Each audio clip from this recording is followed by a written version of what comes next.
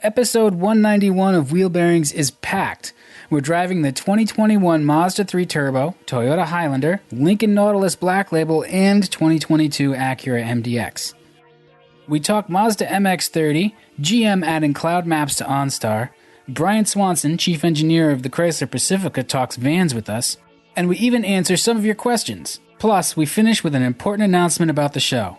That's all in there on episode 191 of Wheel Bearings. With so many options, why choose Arizona State University? For me, the only online option was ASU because of the quality. Their faculty was really involved with their students and care about your personal journey. The dedication to my personal development from my professors, that's been extremely valuable to me. Earn your degree from the nation's most innovative university. Online. That's a degree better. Explore more than 300 undergraduate, graduate, and certificate programs at asuonline.asu.edu. Did you know you can support Wheel Bearings directly? Head to patreon.com/wheelbearingsmedia and you can become a patron today. Your contributions will help fund the platforms and tools we use to bring the podcast to you. And exclusives and improvements are already on the way thanks to your generosity. So if you want to be part of an automotive podcast like no other, head to patreon.com/wheelbearingsmedia. We've updated the Wheel Bearings merch store, and now there's a whole bunch of new choices, new colors, new styles, t-shirts, sweatshirts, hoodies, hats, mugs, travel mugs, stickers, aprons, tote bags, you name it. You can get your Wheel Bearings merch at shop.wheelbearings.media. Go check it out. That's shop.wheelbearings.media.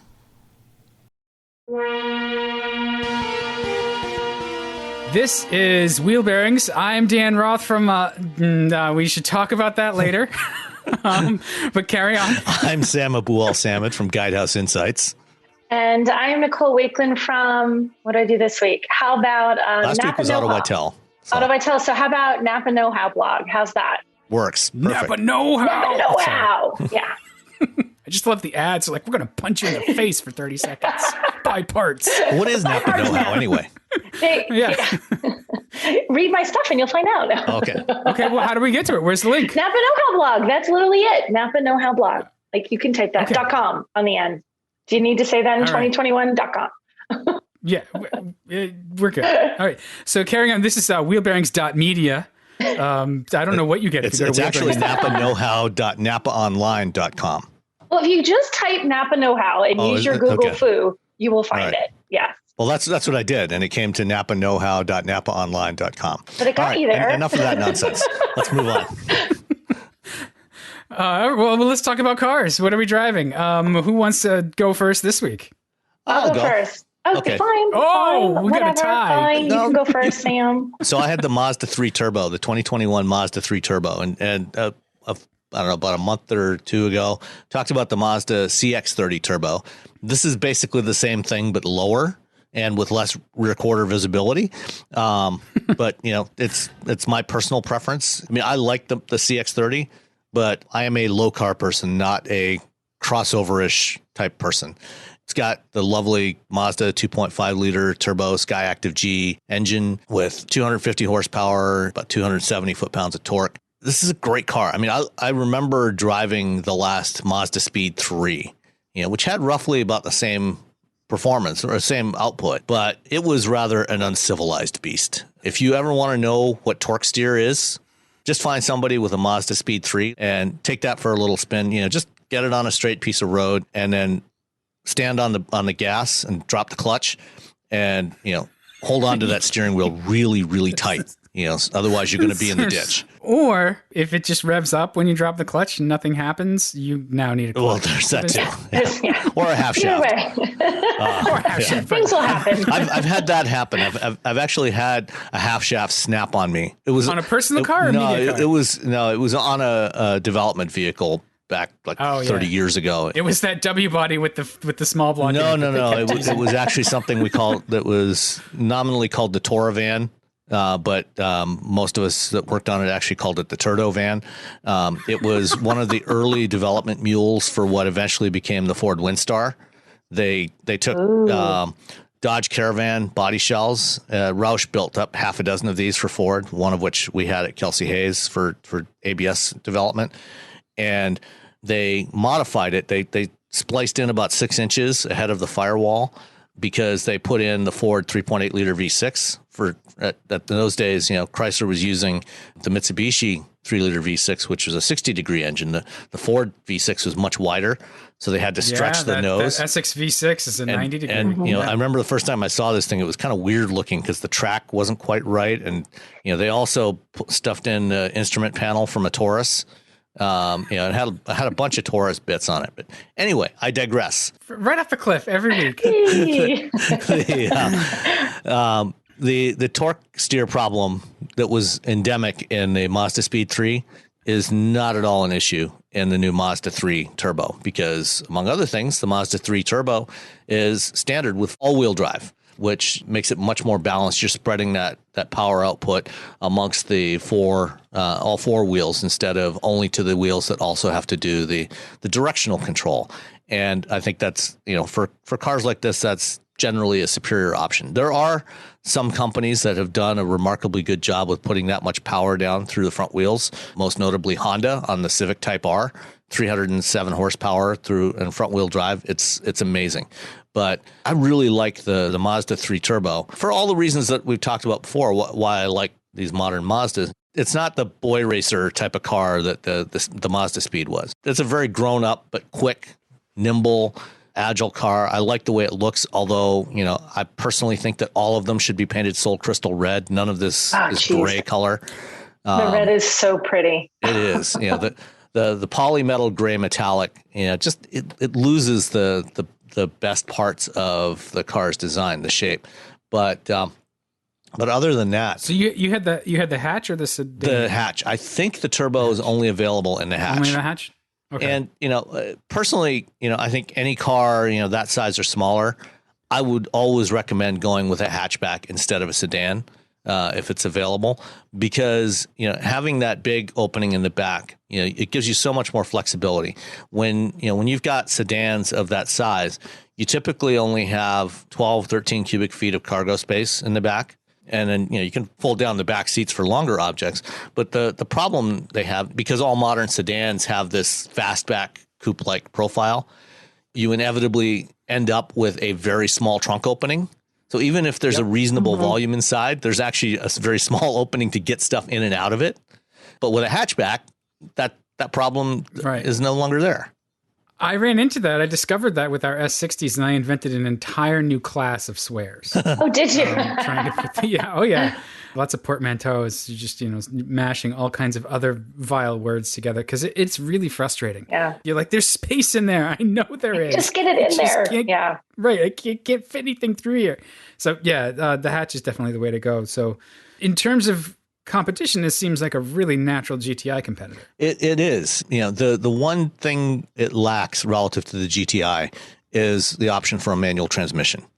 And also, I misspoke on the output. It's actually 227 horsepower, but 310 foot-pounds of torque. So more torque, a little less power than what I stated earlier, which is actually fine. People buy horsepower, but you drive torque, and that's really true. And especially in this case, it feels quick. But 6-speed automatic only. But it's a great automatic transmission. It's very smooth shifting. It does have paddles, so you can do the manual control on there, and it's very responsive. And with all that torque, the 6-speed, by modern standards, a 6-speed is relatively low, relatively few number of ratios. But it's, this thing's got so much torque and it's so responsive. There's not really any turbo lag. And there's no torque holes in there, so you can have wider spaced gear ratios. It's not an issue for this thing. So I really enjoyed driving this thing. I took it out and took a nice long drive in the countryside and just had a lot of fun tossing it through corners. It's very nimble, very responsive. Even on, when I got it, it still had winter tires on it. They didn't put the summer tires or all season tires back on it yet. And even with the Blizzaks on there, it still felt really good on dry pavement. All of the other things that we've been saying about modern Mazdas over the last year or two or three is there, it's a very premium feeling interior. I think a really well laid out interior. It's not cluttered. I wouldn't call it minimalistic, but it's very well organized, and there's not too much stuff. There's no touchscreen. Some people don't like that. But Rebecca's no longer with us. So, I'm taking her place with that. I hate not having a touch screen. It drives me bonkers. I want a touch screen. I do like the central controllers. So we will. So I think with this system in particular, it makes you frustrated that there's not a touch screen because it's not intuitive to use. It's frustrating. So you default to like, I just want the thing. You just want to be able to touch the screen to make it work. No, and it's not, I know that they said at one of the Mazda program once that, it's a certain amount of time and it's relatively brief, that people get very, very comfortable using that infotainment. It becomes intuitive, and we're in a car for a week and then we swap it off for another brand that works totally differently. Theoretically, that's why I don't get used to it, don't like it. But I've been in a lot of Mazdas, and I think that in every single one I get it. It's not like I've only ever had one for 1 week. I've had many, many weeks in them, and I still sit there. I'm like, I just want to turn the volume up. What am I doing? It's that little knob right next to the bigger controller. Right, but I mean, it's a little bit of PR department victim blaming, where they're like, "Oh, you don't like our stuff because you just don't own the car." Yeah, and it's like, well, kind of yes, but kind of no. Kind of yes, kind of no. Like, I know I would get more used to it if I drove it every single day for a month. But it's I'd still hate it. I get used to it and know how to use it and still hate it. Exactly. So I hate this thing, but I at least know how to use it now. Well, regardless of how you feel about the central controller, this does still have the other issue that Rebecca had pointed out, which was if you're using Android Auto or Apple CarPlay, with almost every other vehicle, pretty much every other vehicle I've tried, when you plug in your phone to use the phone projection system, you still have access to the embedded voice recognition system. And typically the way it works is just tap on the voice button on the steering wheel and, just give it a quick tap and you get the factory voice recognition system. If you do a long press on it, then it'll pull up either Google Assistant or Siri, depending on which type of phone you're using. In the case of the Mazda, they made the decision to, once you plug in your phone, to disable the embedded voice recognition system. Rebecca highlighted the issue of, if you want to use Google Maps, for example, but you also still want to listen to satellite radio, you can listen to satellite radio. You can, jump out of the Google Maps interface and get to the satellite radio interface, but you can't do that by voice anymore because Google Assistant doesn't have access to the embedded stuff in the vehicle like satellite radio. So if you're listening to Sirius XM and you want to change the channel, if your phone isn't plugged in, you can hit the voice button and tell it to change to whatever channel. But you can't do that when your phone is plugged in. And that is still an issue. Mazda explained to Rebecca, we wanted to keep it consistent. We didn't want to have the multiple competing voice control systems running at the same time. That one, I think, is perhaps I would see as more of an issue for some people. I personally don't listen to satellite radio, so it doesn't bother me, but I did try it out just to see what happens. And, I think, people that have that use case are going to have an issue with that. But aside from that, just driving the car is fantastic. They're available now. It's not the most affordable version of the Mazda 3, as you might expect. The one I had was the Turbo with Premium Plus package, all-wheel drive.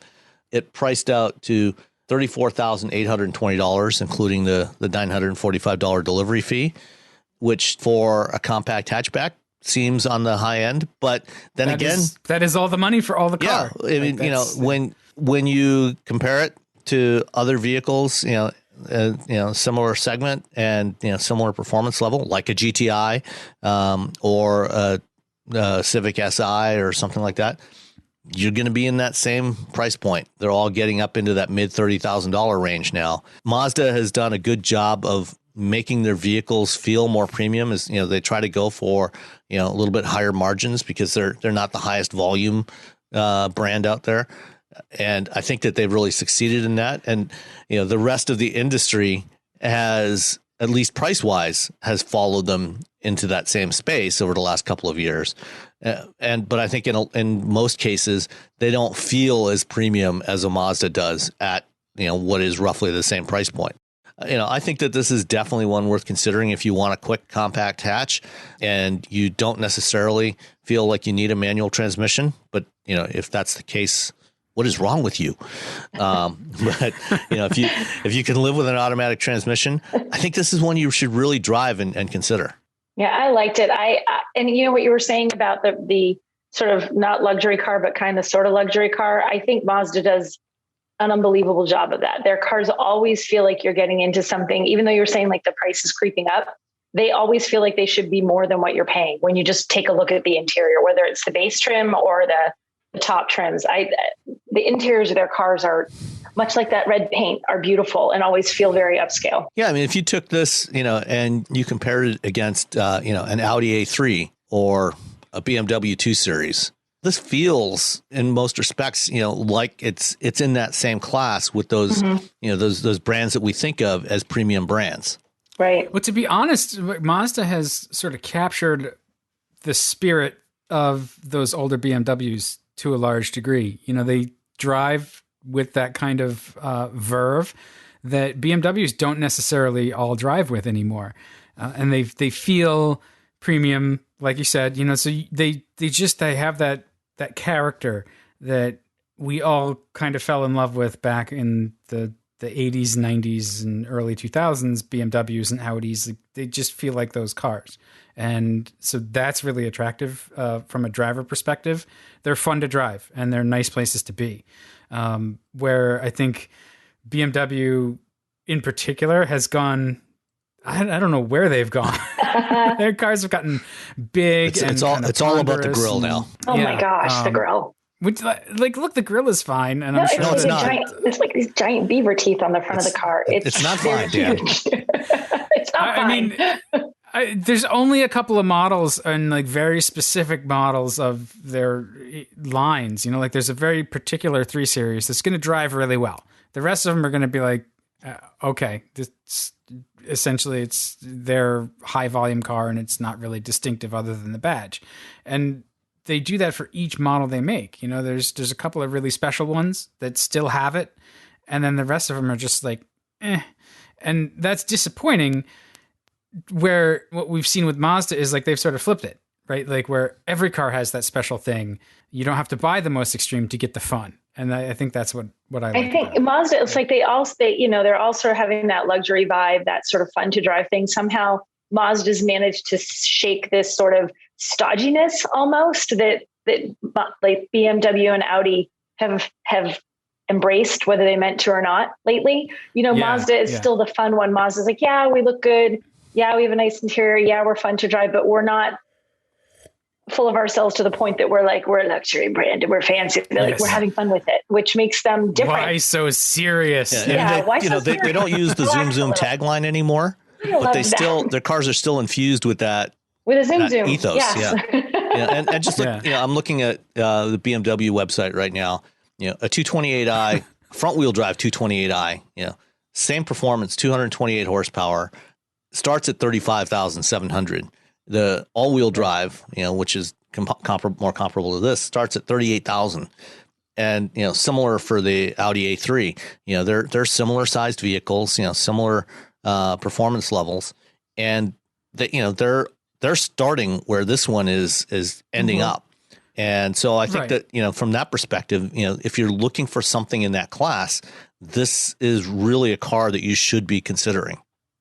Yeah, I mean, it's the price handoff seems about what I would expect going from a volume brand to a premium brand. So that makes sense. The thing with I guess with Audi is there's a Volkswagen complement. You could look at a Golf, but the Mazda 3 and the Golf, they're competitors, but they also have different characters, and they're both good. The Mazda feels nicer in some. The Mazda feels premium. The Volkswagen feels fun, sort of. Yeah, I mean, and the Volkswagen feels premium in a different way. Yeah. Like it's not like luxury premium. It's more like just solidity premium. It doesn't have the elegance of a Mazda. Mazda's a little bit more elegant. And we're just going to keep reaching for adjectives. So go drive them. You'll figure it out. Go drive one. Let us know. Yeah. Nicole, what'd you have? I had the Toyota Highlander. So it was like Toyota Avalon one week. Now it was Toyota Highlander, which has already left my driveway. And I should let you know, I know that it has left my driveway while we're recording because a Hellcat has replaced it. I can't see it, but I can literally hear it drive up in the background. I'm like, wait, okay, they swapped cars. It always cracks me up when the 90-year-old guys drop off. I know, it probably was. Like I said, I can't see him, and I'm like, that's a dulcet tones of a Hellcat in my driveway. So I had a Highlander. which, So which Hellcat are you getting? The Durango, yeah. It's just like whatever. We're going next week. We're all about the Highlander. Hellcat Durango, like that's a Highlander competitor. Direct competitors. The same exact person is looking for that car. Yeah, two upper mid-size 3-row SUVs. There's not much difference between the two. Just take your pick. Yeah, very little One difference. just happens to have a proper engine and drive the correct wheels. Yeah. That's all. So Highlander. We'll talk about the Hellcat touring my driveway next week. So, it's funny where I had the Avalon right from Avalon to this. It was interesting because I like the Avalon, but it's kind of like, it's a sedan. It's not really exciting. The Highlander does a really good job of being a 3-row SUV. I would be more inclined to buy that in that segment than I would the Avalon in this segment. It just has a nice interior. It's comfortable. It's roomy. It rides really smoothly. It's not outrageously priced. It can get expensive. It can. Well, they all can get expensive. How much? That's what I was going to say. How much do you want to spend? If you want to just get a base one and you just want a car to do the job. Now, mine had a lot of stuff. I had to look at my little Monroney. $48,258. So is it wasn't hybrid or the? No, this was the limited all-wheel drive that I had.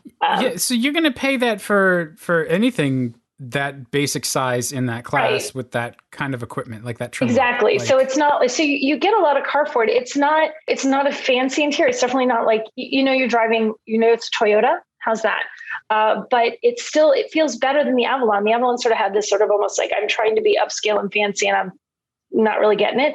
The Highlander is like, nope, I have room for all these people. I need to work for your family. I need this to be comfortable when you do that giant road trip this summer, and have room for all of the stuff that you're going to throw in the back with the kids. And it does a great job of it. So I like driving the Highlander. I think it's a good choice. Toyota doesn't mess around. When they want to own a market, they own the market, in terms of just making a product that is aggressively priced and well contented. Yep. And that's the Highlander and the RAV4. That's their game right now. I'm curious what you think about the design of the new Highlander. What part of it? The inside, the outside? The outside. Did you not like it? I'm looking. I thought it was fine. I didn't have an issue with it. I don't dislike it, but I actually prefer the previous generation. Really? See, now I thought it looked good. I like this sort of more, I hate to use, everyone calls it aggressive, but the way they've done the grille, that there's a little bit more going on the front of the car. It doesn't just look like this boring box. It gives it some personality. I feel like there was a point where they didn't want to give SUVs real personality. It's like, you are a family car. You will be functional. You will do your thing and you will blend in at carpool. And I like that they're trying to make them kind of stand out a little bit, that they have some personality that you can have. I like it. Why don't you like it? It's not that I don't like it. When I first saw it, and now every time I see it, the thing that strikes me about it, it's almost like they tried to apply Supra styling cues to a 3-row crossover. I was just going to say that. Yeah. Is that a bad thing though? Is that right? I was not necessarily. I'm not saying it's bad, and like I say, I'm not saying I dislike it. Okay. It's just that I personally, for this kind of vehicle, I'm more partial to the look of the previous generation, which was a little more boxy, a little more chunky looking, a little more truckish. Obviously, design is always a matter of personal preference. The look of the previous generation, I thought seemed a little more integrated. On this one, for such a large vehicle, having these sort of organic flowing curves on it, it just seems a little incongruous to me.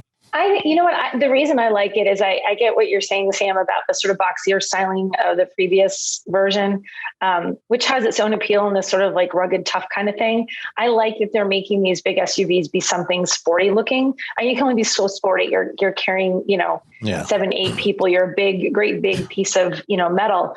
But, sometimes you want that car, but you just want it to, you want to have the family car, but you want it to have a little bit of fun and personality. You can't buy a Supra and put, your kids in the back of it. So if you have to buy something that's bigger, okay, it's not a Supra, but it kind of sort of looks like one, and it makes me happy when I see that, so it gives the illusion of a sportiness to something that is not really sporty or, that kind of car. It gives you that little taste of that when you're at a point in your life where you can't really have it. Yeah, no, that's a fair point. How is the inside? Though you said it's definitely a Toyota. So does the Limited have, because they offer it with like quilted leather? Yeah, the stuff. Inside is beautiful. You know what? It was funny because I hated the JBL speakers that were mounted on the A pillar in the Avalon, had that piano black that I was railing against last time. these were just the same color as the headliner, sort of like a cream color. So exact same style. And I'm like, look at that. You don't have this giant like piano black thing like stuck there looking odd.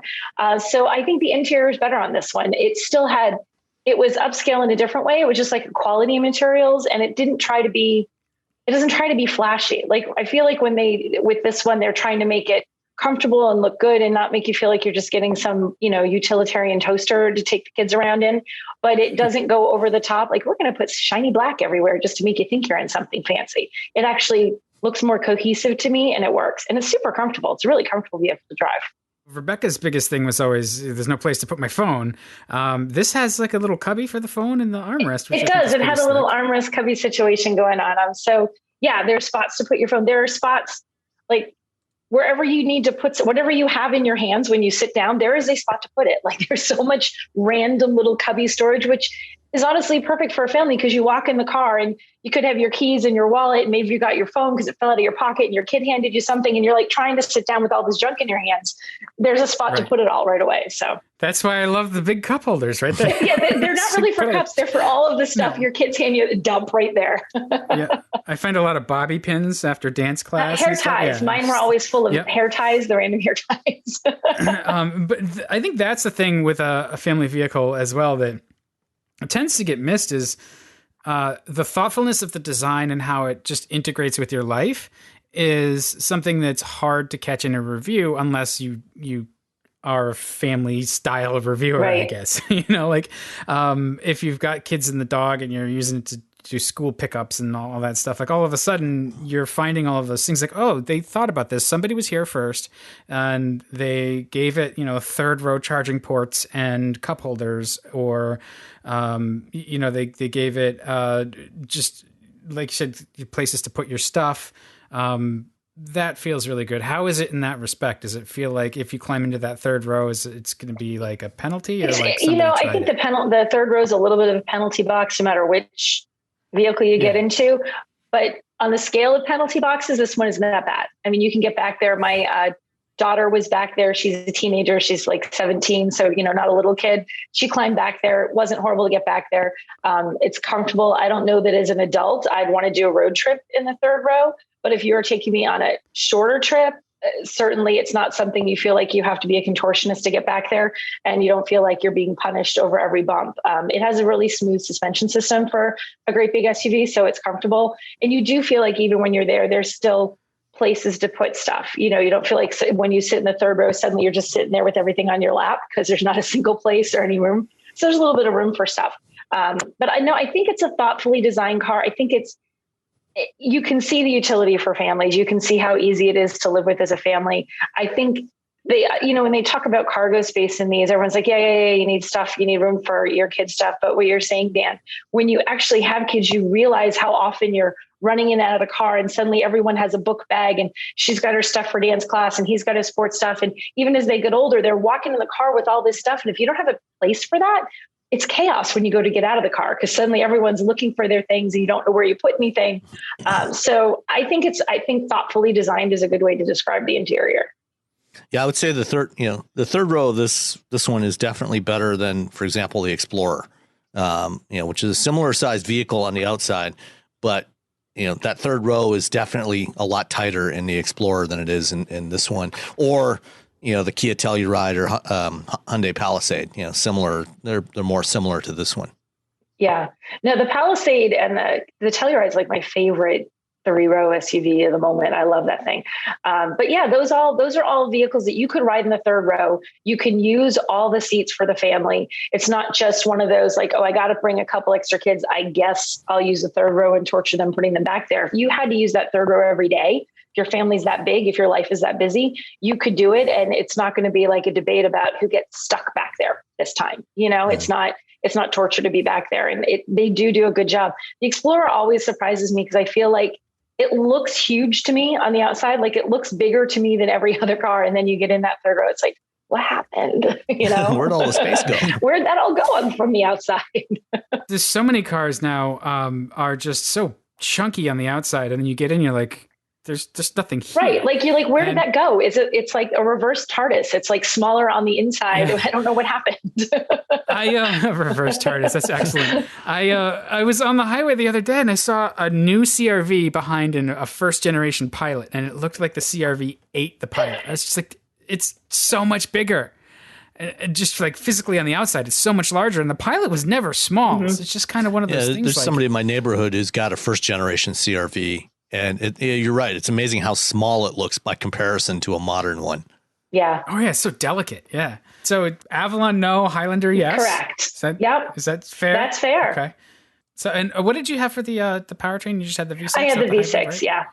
Yeah, 295 horsepower, 263 pound-feet of torque. So it's not something that's going to win you a race, but when you hit the gas, it moves. It never feels like you're driving something as big as you're driving, which I think is a big deal in these larger vehicles. You don't want to feel like you're driving a tractor trailer and you're sort of waiting for the car to to catch up with you and get moving, especially when you're on highway driving. Like there's nothing worse than trying to merge into highway traffic and feeling like the car is not quite ready to come with you yet. You never get that. It's a responsive powertrain, and it's easy and it's quiet. You don't have all this noise coming in from the engine into the passenger compartment. So it's decent. It's good. I had a couple of cars. I think last time I talked about the 2022 Acura MDX that had kind of just arrived on the heels of the Mach-E. So I wanted to spend more time with it and be fair to it after the Mach-E spoiled me with all that electric motor torque. It's not as powerful as the electric motor in the Mach-E regardless. So it's going to lose in the EV kind of acceleration war. But the Honda V6 is a good engine. It sounds great. It's plenty powerful. It does like to rev, which really fits, I think, the Acura attitude. The MDX is now, they've redesigned it for 2022. So it's the flagship of the brand, and it really looks like a flagship. They gave it a double wishbone front suspension, and so the chassis can keep up. It was really, really fun to drive. I actually really quite liked its ride and handling, which, fits with a sporty, snarly V6. And if you actually want more power, you can get the Type S, which I didn't have, but sounds just right. I don't think that they've actually released the Type S yet. It's not quite yet, right? So it's going to come at the end of the summer, but it's coming, so you can wait for it. It basically takes that V6 and makes it twin turbo or single. Anyway, it's turbocharged. It's actually a different engine altogether. It's a V6, Is but it really? It's an all new V6 because the current 3.5. Honda Acura 3.5, has been around for a while, and the Type S engine that's in the TLX now and is coming to the MDX is a completely new engine. Even better, you get the benefit of a brand new engine, and they've done a lot of work on the platform that this is on. It's really stiff. It feels really good. I definitely felt like there was that sporting kind of ethos that went through the whole car. And makes it really pleasant from a driver perspective. I think that does kind of ding the MDX a little bit in terms of the family car mission that it's probably going to be asked to serve. It's a little louder from road noise, and it doesn't necessarily just settle down and kind of be super easy to live with. It settles fine, but I don't know. It's always ready to go as well. It's just these are really weird, sort of nebulous terms to try to describe it. I'm not sure the best way. It's always it's always sort of ready. Like it wants you to drive 95 miles an hour. It feels good there. At 70, it's kind of like, come on, buddy, what are you doing? I have not described that well, but it's beautiful to look at. The interior materials are really nice. The infotainment is better than it has been in earlier Hondas and Acuras, so they're getting there. I quite liked it overall. It's roomy, it has more space than before, and again with 3 rows, it was super handy. So it does fulfill its mission. I think though its mission because it's accurate, and like this is kind of what we were talking about with Mazda too, where it's looking for its place. So if you want just the straight up family vehicle version, go buy the Pilot. But if you want something that's got a little bit of personality, that's what the MDX offers. And that personality has to be right for you. as somebody who likes to drive and likes sports cars, I really liked the way it rides and handles and is you're getting all that tactile feedback through the wheel, which is really cool to have a car that has steering feel these days. And that could be off-putting to somebody who just wants the luxury SUV. Like it's not a cushy super luxury SUV in that traditional smother the road sense. It's very comfortable. It's luxurious. The materials are nice, but it's also built atop something that is sporty. So it has a little bit of sport to it at all times. So you got to kind of want that. And I think that it's great to have that option. Right. Well, I'm glad that's consistent with the direction that Acura has been trying to go for the last couple of years. A couple of years ago at the Detroit Grand Prix, I sat across from John Ikeda, the head of Acura, at dinner, and I asked him at the time, what is Acura supposed to be? Because they kind of lost their way for a long time. Back in the early days in the late 80s when they launched, it was kind of the sportier, more performance oriented version and more premium version of a Honda. But what did he want Acura to be now and going forward? And he said, Acura is Honda's performance group, the performance division, which is why they've gone this direction with the TLX and bringing back Type S and now with the MDX, because there's already a lot of options. If you want a premium, large crossover, that's more plush and soft, there's plenty of those out there. You can find those. The Acura needs to find its own way forward. Well, back in the day when you were saying what they used to be, my husband's first car he ever bought was an Acura Integra. So which was fantastic, but it was all about this like sporty two-door, manual transmission. It was fun to drive. It was the sporty car. That was the thing. That was why he wanted an Acura. And they did, pivot in a direction that's kind of a giant question mark for a little while. And now they are coming back to that where it is a sportier vehicle. So the MDX puts all that together. I loved that. The MDX. I would buy that in a heartbeat. I thought it was great but I also, like you were saying, Dan, I like to drive. I enjoy that sort of engaging driving experience. If you just want something that is beautiful and plush and comfortable, maybe you're not going to find that engaging driving. Maybe you'll find it kind of taxing that you're more engaged with it. So and I think, that's I think exactly what I was thinking. But that's not necessarily bad. Like I would rather have the car stake out its territory than try to be everything to everyone. Right. Because it's just going to be a mess. Yeah, because there's so many that are just like, here's a 3-row hub, here's a big SUV, here's a big car, it's a luxury car, just go drive and have fun. We don't care how much you like driving, but to have this one say, no, we only want you in it. If you're someone who likes to drive, you have to enjoy driving, getting behind the wheel. You don't want just something that's an appliance. You want to enjoy the time that you're driving. Then this is the choice for you. And if that's not you, then there's plenty of other things to pick. I've loved the chassis tuning. It over some sharp bumps, it feels a little abrupt, but overall, like it was well tuned. You throw it in sport mode. I liked how you could select your dynamic mode, so you could soften. You could get the sporty steering with the softest setting, or you could put it in true sport mode, and it has the digital cluster that changes. So it's very well thought out, and it really does perform well especially in the handling side of things, which is really where we can have fun. I like cars that will accelerate hard, but you can only use that up to a certain point, like on ramps and stuff.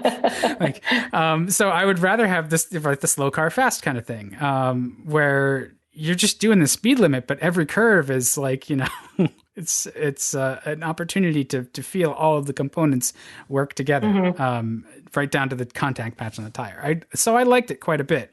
Sam, I came to terms with the touch, with the TTI, trackpad, the interface. Yeah, I came to terms with that. I still not the greatest fan, but I remember you talked about it, and you actually like it too, don't you? I do, yeah.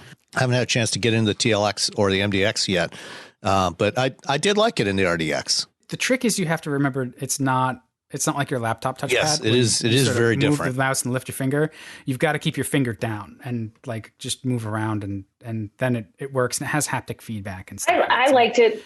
That was one where it takes, I was talking about taking some time to figure out how an infotainment system works. And that was one where I genuinely felt okay, there's a little bit of a learning curve here, but if I just wasn't getting in and out of this every week, it would become very intuitive and easy and would not make me want to bash it with a hammer. So I like this one. Like, this is when I felt like living with it, you would totally get just how much you need to touch that. It became pretty intuitive pretty fast, but I just think, a week in a car is not enough time to not think about it. You're still thinking about it when you sit down.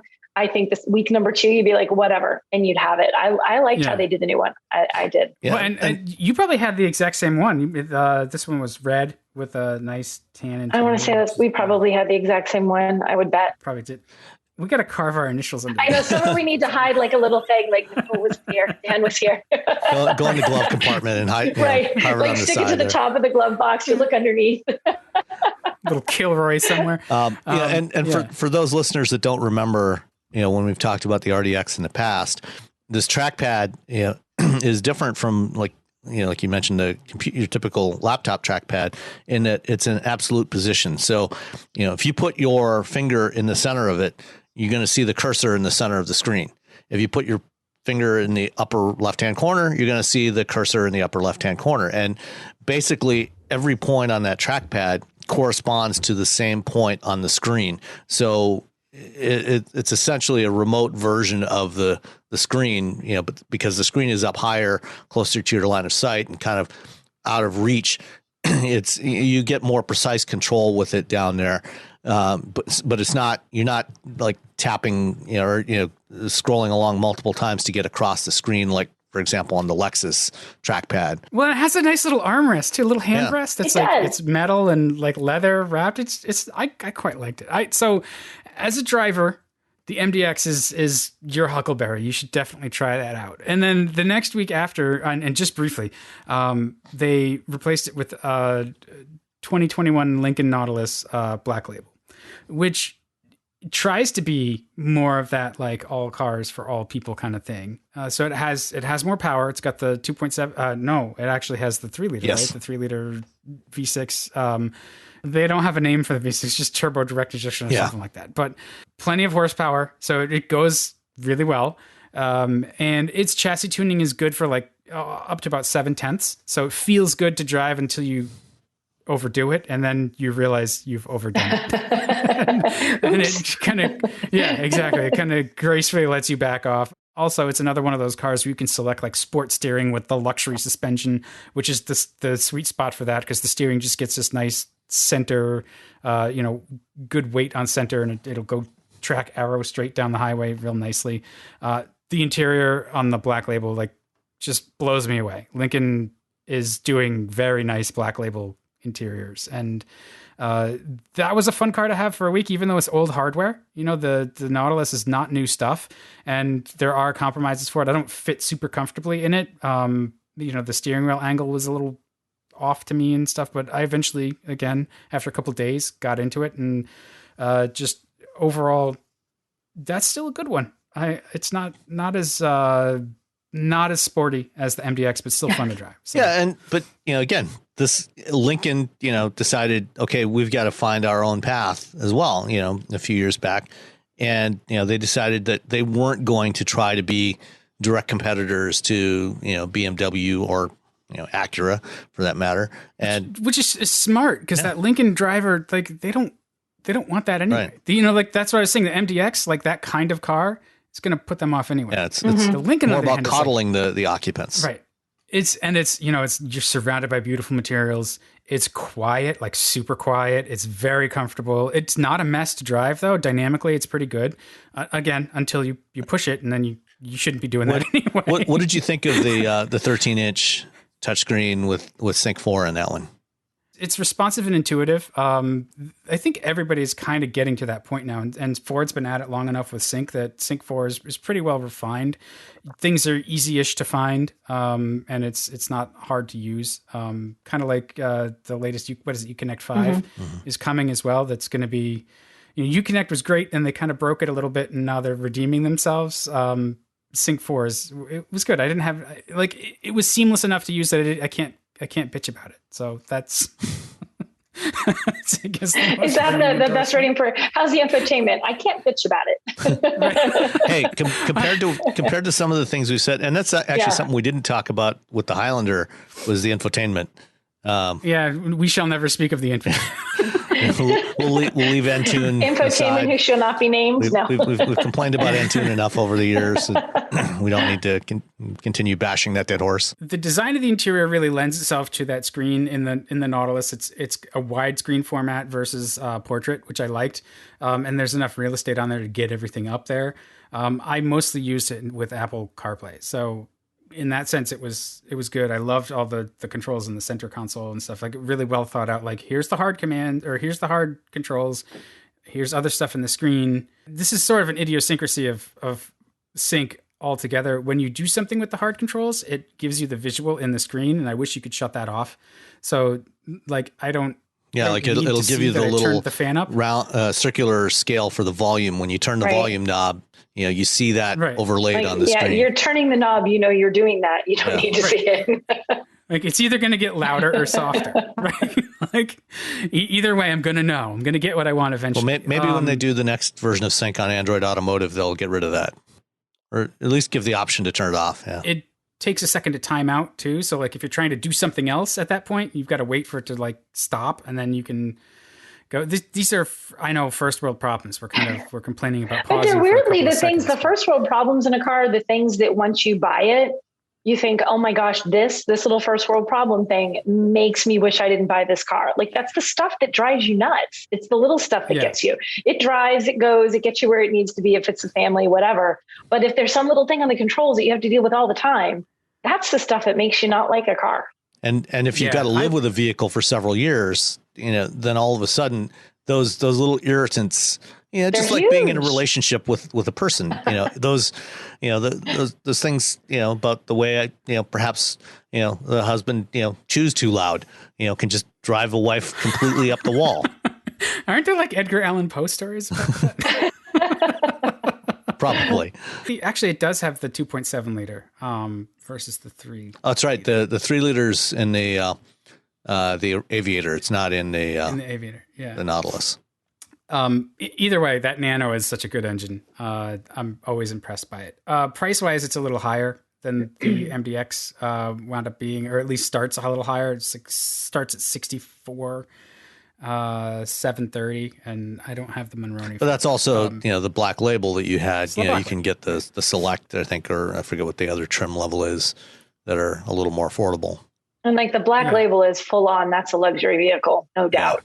So you're paying luxury car prices for a luxury car experience. And you're also getting a lot of amenities that Lincoln offers to customers with that. Yeah. I mean, it's it's still a deal in that you could do the phone app and stuff to open up more functionality, and you get the fanciest leather and the Black Label stuff that you don't get for the other trims. Did they Black deliver Label stuff? Does it say that on the Monroney? Black Label stuff. Yeah, I believe it's Black Label member privilege. Did they deliver the Nautilus with a phone that was already paired to it, so you could use the phone as a key? Okay.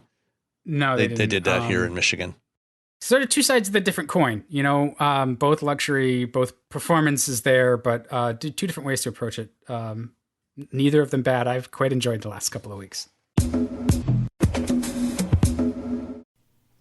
Smartphones have gotten way more expensive over the past decade, and all it takes is one impact on a hard floor to make you wish you had spent a few bucks to put a case on it. Going online without ExpressVPN is like not having a case for your phone, and it only costs a few dollars a month. Nicole, Robbie, and I travel a lot for our work, and we spend a lot of time in hotels, coffee shops, airplanes, and of course the Delta Sky Club. Connecting to the Wi-Fi in any public places with shared Wi-Fi puts your data at risk because bad actors could be intercepting what you send and using it to steal from you. It only takes some cheap hardware to intercept Wi-Fi data, and even a smart preteen can do it. Hackers can make up to $1,000 per victim selling personal information on the dark web. ExpressVPN stops the bad guys by creating a secure, encrypted tunnel between your device and the internet. ExpressVPN uses state-of-the-art encryption that would take a supercomputer up to 1 billion years to crack. I have ExpressVPN on all my devices, including a MacBook Pro, Windows laptops and desktops, and Android and iOS phones and laptops, or tablets. When I want to be secure, I just launch the app, click once to connect, and my data is secure. As I said, I travel a lot for my work, and I have to connect to countless public Wi-Fi networks in many countries. I have ExpressVPN on all my connected devices so that whoever else is on the same network can't see any of my data. That's important because I often have to check banks, credit card accounts, and transmit client data that might be sensitive, as well as filing articles on news that might be under embargo. ExpressVPN protects all of it, and I've been paying for my own account for years. Secure your online data today by visiting expressvpn.com/wheelbearings. That's expressvpn.com/wheelbearings, and you can get an extra 4 months for free. expressvpn.com/wheelbearings. So Mazda announced that they are finally bringing the MX-30 to the U.S. market, starting this fall in California only, and then gradually through the course of 2022, expanding availability to the rest of the country. And for those that haven't been paying attention, the MX-30 is Mazda's first ever battery electric vehicle. Fully electric, not a hybrid, at least for the moment. We'll get to that in a second. It's kind of a sort of a crossover-ish. It's comparable, a little bit close to the size of the CX-30, but actually I think a little bit shorter. Different styling, very different styling from the CX-30 or the Mazda 3. And it's got a relatively small battery. It's only a 33 kilowatt hour battery. And it's 144 horsepower electric motor, 200 foot-pounds of torque. So it's not as powerful as, say, a Chevy Bolt. It has about half the battery capacity of a Chevy Bolt. They haven't got official EPA numbers, range numbers for it yet. But based on that battery size, it's probably going to be somewhere around 125 to 130 miles of range. No pricing yet on it. So it's 35 and a half kilowatt hour. So probably going to be about 130 to 135 miles roughly. So let's start there. What do you think about Mazda launching this as their first EV? Okay, it's fine. I think they should call it the compromise. The Mazda compromise. Because it seems like with the other plans that they've talked about, this is their first EV, but it's going to also, the same architecture is going to support hybrids and plugins, and that's where they're going to make the volume. So this is the max battery that they can fit into this car or this platform, right? And all of the other ones are going to have smaller batteries, or the rotary engine range extender, which I love, but also I don't know if they're going to still be able to overcome the efficiency problems with the rotary. That seems like it's an on-brand choice, but it's not necessarily the best choice. The Wankel is not efficient. It's great packaging, so it's tiny. So I can understand why they'd pick it. Yeah, so this is the other bit of news that came out. We've been hearing about Mazda bringing back the rotary as an EV range extender for several years now. They got some patents a couple of years ago, and this will be coming in 2022. At some point after launch, they're going to offer a rotary engine as a range extender. Much like what BMW formerly did with the i3, where the i3 had about 110, 120 mile range, and you could get the optional range extender, which was basically a BMW Boxer motorcycle engine mounted in the back that drove a generator. And they're doing essentially the same thing with the MX-30. You're going to have a little rotary engine. In this case, one of the advantages, the rotary is very, very compact and power dense, and it should get better fuel economy than rotaries traditionally have because it's going to be running just steady state. It's not really propelling the vehicle. It's just driving a generator. You have any thoughts, Nicole? I don't know. I think it's an interesting idea that they're trying to do it this way. I'm not sure that the Mazda person, the person who's a Mazda buyer who really loves Mazdas and is all about that, is going to be that interested in it. I don't know. I have mixed emotions about this. I think it's a great idea that they're trying to do something electric. I think it's a great idea with the rotary engine, but I have giant question marks about how well it's going to be received. Yeah, I'll agree with that. I'm also a little bit frustrated that it's California only. Why is it California? Because everything's California only if it's efficient. In New England, we just want to burn all the coal possible and all the oil and all the trees and destroy everything. But in California, they want to save the planet, so they get all that stuff. We have California emissions. I thought all the New England states now have California emissions. It doesn't matter. We're still here. We're still like in another country over here in the Northeast. There's a lot of stuff we can't even get here. California is the biggest market. They require manufacturers to sell a certain percentage of zero emission vehicles. And so Mazda is going to launch it there first, roll it out to the other ZEV states, so New England and Colorado and other places that are following the California EV mandate are going to get it over the course of 2022. So you will get it, probably within a year.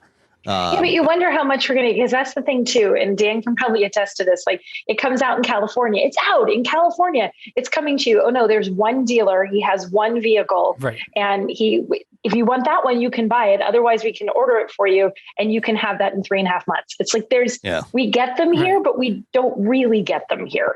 You got to commit. You got to want this enough to be like, give this to. I don't care what I have to do to get my hands on this. Find one for me and bring it to New Hampshire. but at least New England, or at least Massachusetts. I don't know about New Hampshire. I don't think New Hampshire is a ZEV state, are they?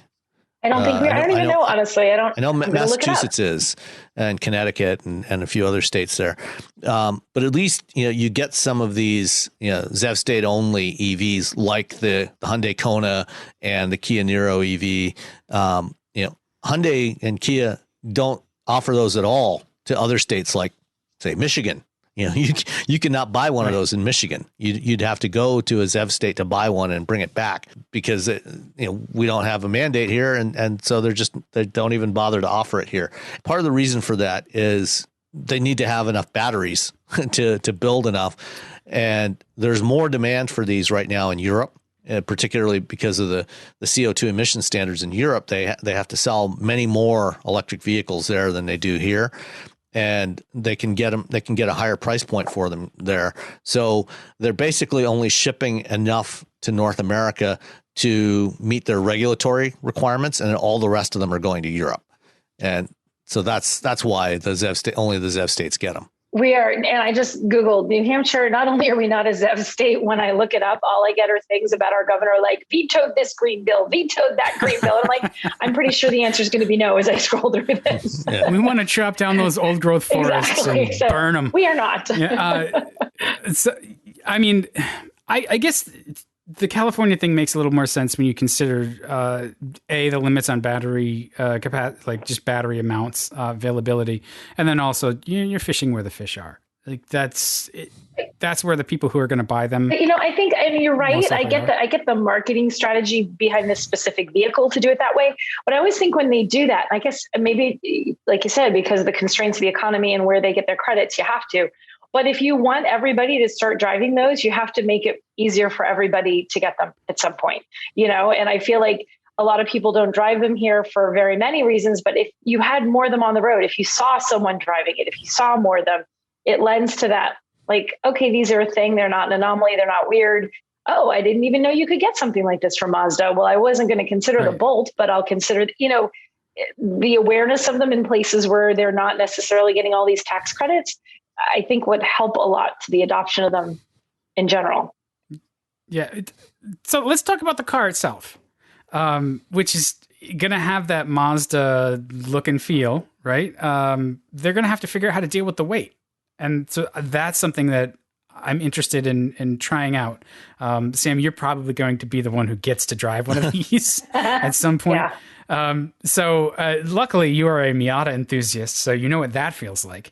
Batteries are heavy, and Mazdas typically are about sort of being nimble and light on their feet and not too much weight. So how do you think that's going to work? Well, for what it's worth, the early reviews out of Europe have generally been very positive for this car. I know, Mike Taylor, he's an Australian living near Lake Como in Italy. He just had one of these a few weeks ago, and he really liked it. And most of the other reviews have been generally very positive. And it's actually, like I said, it's a little bit smaller or shorter than the CX-30. In fact, it has if you remember the RX-8 with the rear hinged half doors, it was a 4-door coupe. The MX-30 has the same layout. So the two regular front doors and then the half hinged rear doors. Actually, the BMW i3 has that too. They call it, what do they call it here? Freestyle doors? Something like that. So there's no B pillar or no conventional B pillar. one of the advantages, at least, when you've got that weight, the weight is all in the floor. So the center of gravity is actually surprisingly low, even though it's a comparatively taller car than say a Mazda 3. I think it actually should drive reasonably well, and it's good in many respects. I think, because of the relatively low power output of this thing, 144 horsepower. Not that I want to compare it to a Miata, but it's going to have more of that slow car fast kind of feel to it. Obviously, you've got that instant torque from an electric motor, but it's going to top out pretty quickly. But I think it should be pretty responsive. So Mazda is really emphasizing the Mazda driving dynamics of this thing, and we'll just have to wait and see till we actually get our hands on it. I think when you were saying that about the driving dynamics, my expectation is going to be that they're going to do everything they can to make sure this still feels like a Mazda. Because if you're getting your Mazda enthusiasts to move into this and saying this is where the future of the brand is going on the electrification front, and suddenly everyone gets in it and like, this doesn't feel like a Mazda. This is not a Mazda. It's lost the Mazda-ness. That's not a good thing. You've got to have this one pretty much feeling like it's got the zoom they no longer say exist. You got to have that feeling, or you're going to sort of alienate some of the people who love your brand in the first place. And I think, that's sure. part of the rationale behind going with a comparatively small battery, a 35 kilowatt hour battery, that's going to weigh somewhere in the neighborhood of about probably 500 pounds, 500 to 600 pounds compared to, close to, around 1,000 pounds for the battery in a Chevy Bolt. So you're talking about, half the battery's weight. So it's not going to have nearly as much of a weight penalty as you might expect. Now, obviously you give that up in range, but for the way most people drive it, and especially if you live in warm weather climates, and maybe this might also be part of the reason why they're launching in California first. Warm weather climate, you're not going to be relying on the heater as much. And once they get the rotary range extender version, offer that, in colder climates. That I think that's part of the rationale for the way that they configured this to retain as much of that Mazda, driving DNA as they could. I see all those points. It just seems to me like there's no room to grow beyond this. They're saying, I guess this will be the basis for another larger EV as well. So I just, it has that sort of whiff of like a compliance car, but I don't think that's what they're doing here. I think they're just trying to go about it their own way, and there will be room for more EV choices. I think the market is actually hungry for it, depending on the price and utility they can put into them. EVs have become a lot more popular and sort of a lot more on everybody's mind. So being able to have something to offer, even if it's not quite right at first, I think is a good way to at least drive some traffic, and then they can evolve what they're doing. So I guess we'll keep an eye on. I do like the interior. The picture you just shared is really slick. It's like a floating center console situation. Yeah. That is and slick. It's got it looks like cork, because apparently Mazda is it cork? Was a cork manufacturer. Like, what is it? Toyo Kogyo or Kogyo? Yeah. Anyway, the parent company cork is actually, really commonly used, in more, for more environmental type of things, because cork is a renewable resource. Basically, from the you can shave the cork off of cork trees, and it grows back. It's like the bark of these trees. And there's really friendly bulls that hang out under the cork trees too. Like just Ferdinand is just there chilling. Sorry, children's book reference. I got that. Oh, you did excellent. But yeah, it's a really interesting approach to the design. So you've got this relatively small console, so it's not a full length console, but it floats, and there's a little bit of a pedestal underneath to support it, and then a lower console area that's covered in cork underneath that, so you've got some storage space. So I think it's going to give it a more open, airy feel to it. Well, and that natural material thing that everybody's doing with like open pore wood, cork is a really good choice too, because it's actually, it's some sound deadening, and it's going to feel warm to the touch, and it's not going to it's not going to rattle if you put stuff on it. It's actually going to insulate a little bit. Right, because like you put something hard on it, you don't have that noise as you go over bumps. Yeah, that's no cool. rattles. It's soft. The material choices are good. So I think once we have time to experience this car, it's going to charm us in a lot of ways. Sort of the nuts and bolts aspect of it makes me a little bit more skeptical, but Mazda does its own thing in its own way. I have faith. I have faith in them that they're going to be able to pull this off, that they would not introduce this as something and be like, well, we're going to sort of halfway it just to say we can be compliant and do it. I think it'll get better going forward. The first effort's never generally isn't the best effort when you try something new like this, but I have faith that it's going to be a decent car to drive. Well, good. Let's talk about GM now, because if there's anybody that gets criticized, it's GM. Nah. So GM this week announced that they were adding an app, a cloud-based navigation app called Maps Plus that's going to be available for owners of GM vehicles from 2018 and onwards with OnStar enabled that don't have built-in navigation. So if you got a car that doesn't have an embedded nav system and you want a nav system, you'll now be able to download this Maps Plus app onto your OnStar system, and it downloads and runs from the GM. I think it's the App Shop. I think App Shop is their branding for it. Basically, they have their own little app store where you can get a bunch of apps that run directly on the head unit. So it's not running on your phone. It's running locally. It's cloud-based like Google Maps or Apple Maps. So it's downloading the map data as you go, as you need it. And it's made by a company called Mapbox that does navigation stuff. The downside of this is to use it, you have to have a paid OnStar subscription. And, it's one of 3 plans that are eligible for this. And you have to have at a minimum, like, I think it's the, forget what they call it. Anyway, it's a $15 a month subscription to OnStar. I mean, you're getting a lot more than just, this Maps app for that $15 a month. You're getting all the other features that you have with OnStar. And there's a lot there. And for a lot of people, I think there's real value to it, but you're going to be hard pressed to find people. All these cars that are eligible for this also support Android Auto and Apple CarPlay.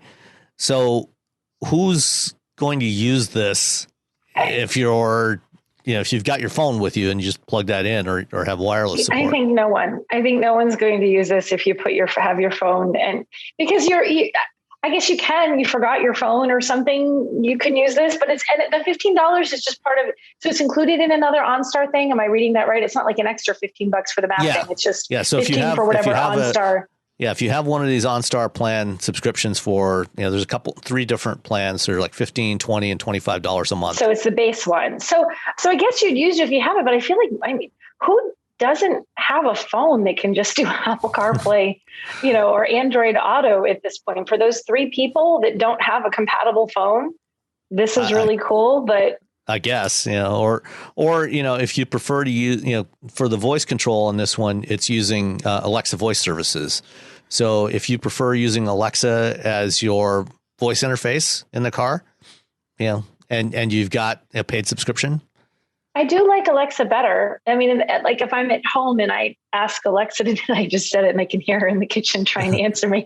I'm going to call it Alice. You have Alice, you can use that. It always works better than my iPhone stuff. But I don't know that would, would that be a compelling reason to get OnStar for you? Something that works better than Siri. I know. Well, so I guess, so this is really what I'm questioning is like, it probably works better. Yeah. Than using something on your phone, at least in those edge cases where your phone gives up or whatever, right? But the phone is good enough. Like people will use Waze, not only for the maps, but for like the real-time traffic and stuff. And so now you're asking them to change apps. Like it's one of those things like, did they consider the switching cost? Because the switching cost here is very high, actually. It's not just the normal idea of switching costs where you're moving from one piece of software to another and you've got whatever preferences and expertise you have with that piece of software. Now you have to either replicate or relearn. There's also like a pretty decent actual dollars whack that you have to take to do this. And so it integrates in the head unit of the car and it runs on that hardware, which is nice. But I don't know. Wireless CarPlay is pretty good. It's not like what you're saying, Dan. It's not like what we have right now is horrible and awful and terrible, very bad, no good, and you don't want it. It works, and it works well. So I feel like this is like cool. I have this for backup if I somehow manage to walk out of the house without my phone. Like but I'm not paying $15 a month for backup. But you're not paying $15 a month for the map. You're paying $15 a month for OnStar. So you get other OnStar stuff. I don't know what the $15 a month one, but so if you were already getting the OnStar, which I've always said, if I had a GM vehicle, I would do that because I think it's just the convenience and the life-saving thing and getting someone who can help you and how well they have that is great. I don't know if that's the $15 plan because there's all these levels, but I like OnStar as a rule. So if I don't have to pay anything extra beyond already getting OnStar, but I don't know that I would use the maps. Like even if I was paying the 15, I think the maps would just be like, I forgot my phone. I'll use their map thing today. I mean, I do think that the system is going to perform really well, even if it's using the integrated 4G LTE connection in the cars, typically because it's got that roof-mounted antenna on a large physical plane. You can get more gain out of the antenna. So it'll have a connection often when the devices inside won't. So that's a plus if you're trying to get map data down. Map data is cached in the hardware. So I'm sure it works better. And performance-wise, it's probably better, but you now have to move those users from what they like and are comfortable with to something new. And you got to have them paying for it. And would it be enough to make you it's like, okay, cool feature, because there's millions of features in every infotainment system, right? But that be like cool feature that has sold me. I'm now going to purchase the GM versus the other guy. Would that ever sell you on the product, or would it just be like, oh, cool? I mean, no, but it might for some people. Like GM infotainment has gotten pretty good over the last couple of years. It's easy to use. It's pretty intuitive. It's responsive and quick.